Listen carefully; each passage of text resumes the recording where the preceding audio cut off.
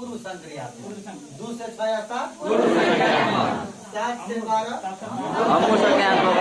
12 से 15 12 से 15 ऐसे बोलो। 0 से 2 वर्ष 2 से 6 या 7 7 से कते 11 क्या 12 से 15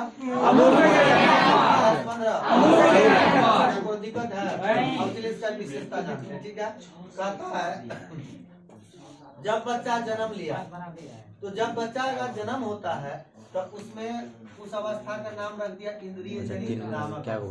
इसमें बताइए भाषा का बच्चा के पास कोई ज्ञान होता है? क्लियर करिएगा। देखिए उम्र के हिसाब से जब पढ़ते जाएगा तो रटना कम पड़ता है। ठीक है, कैसे सोचिएगा कि जब बच्चा जन्म लिया है उसी को इंद्रिय जनित गामक कहते हैं। आता है 0 से 2 वर्ष का अवस्था। तो शुरुआत में देखिए तो भाषा का ज्ञान बच्चा में बिल्कुल नहीं होता है और बच्चा का भी आवश्यकता होता है ना जी। बच्चा का भी आवश्यकता होता है। जैसे उसको भूख लग गया तो भी आवश्यकता है, उसको प्यास लग गया तो भी क्या आवश्यकता है, बच्चा को कोई चीज चाहिए वो भी क्या आवश्यकता है, बच्चा को एक गोदी से दूसरे गोदी में जाना वो भी क्या है आवश्यकता है। मतलब सब बच्चा का भी बहुत सारा आवश्यकता होता है और उसका भी इच्छा क्या होना चाहिए, पूरा होना चाहिए।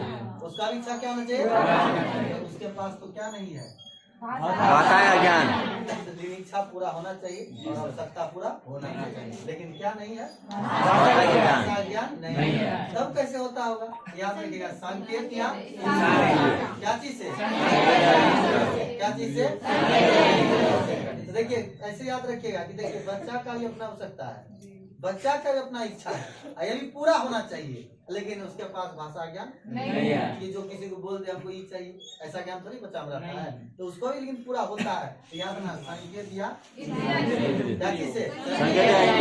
भूख लगेगा है ना जी, संकेत है ना, भूख लगेगा क्या करेगा, ये सब संकेत है, ये सब इंद्रिय का प्रयोग कर रहा है और इसके माध्यम से उसका इच्छा क्या होगा पूरा होगा, आवश्यकता क्या होगा पूरा होगा। उसके बाद ई लाइन दोनों लाइन क्लियर सबको, तो क्लियर हो गया कि बच्चा में शुरुआत में भाषा ज्ञान नहीं होता है, भाषा ज्ञान नहीं होता है, क्या सब उसके पास है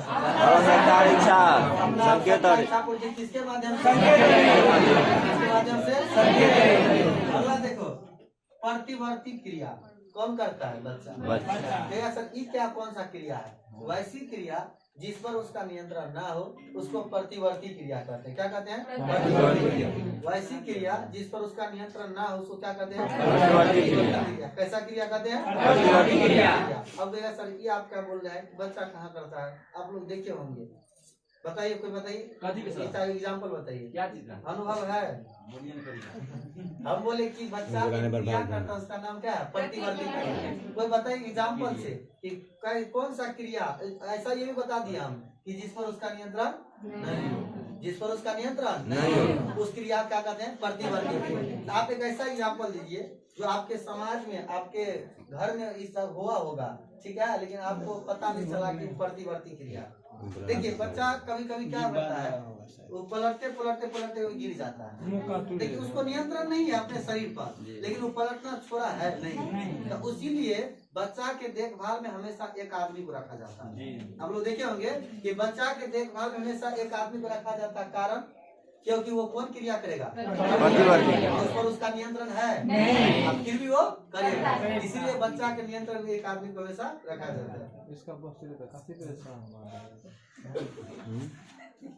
एक साल तक ऐसे होता है, फिर उसके बाद धीरे धीरे बच्चा में क्या होता है नियंत्रण होता है। आप देखते हो बच्चा धीरे धीरे चलना भी शुरू करता है, बैठना भी शुरू करता है, होना भी शुरू करता है, तो सब धीरे धीरे उसमें नियंत्रण आ जाएगा।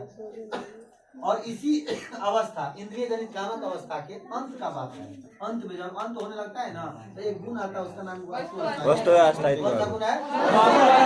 देखिए प्रतिवर्ती क्रिया इंद्रिय जनित कामक अवस्था की शुरू की बात है, कब का बात है शुरू। जब लास्ट होगा तो कौन होगा, लास्ट होगा तो शुरू में कौन रहता है प्रतिवर्ती। दोनों लाइन क्लियर हुआ।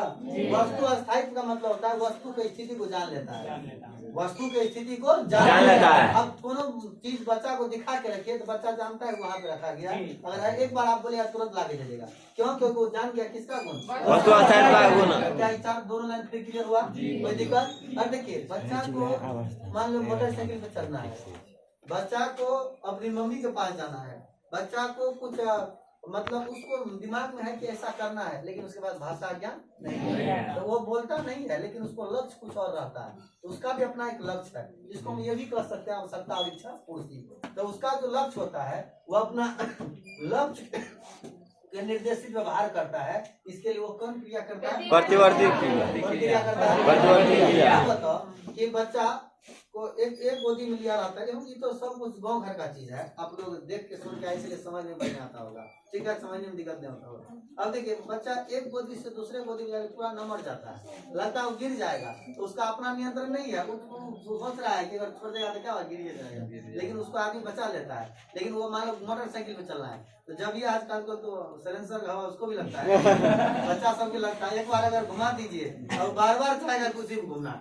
अब देखिए आप जब ये गाड़ी स्टार्ट करिएगा बच्चा का नाम रोना शुरू, क्या है? क्योंकि वो सुन गया, उसका लक्ष्य है, वो अपना ऐसा क्रिया करेगा कि उसको भी क्या करना है, उस पर जाना है। तो लक्ष्य निर्देशित व्यवहार बच्चा करता है कौन अवस्था में? अवस्था में। और इसके लिए वो कौन सा कैसा क्रिया करता है? प्रतिवर्ती। कोई दिक्कत? बोलिए।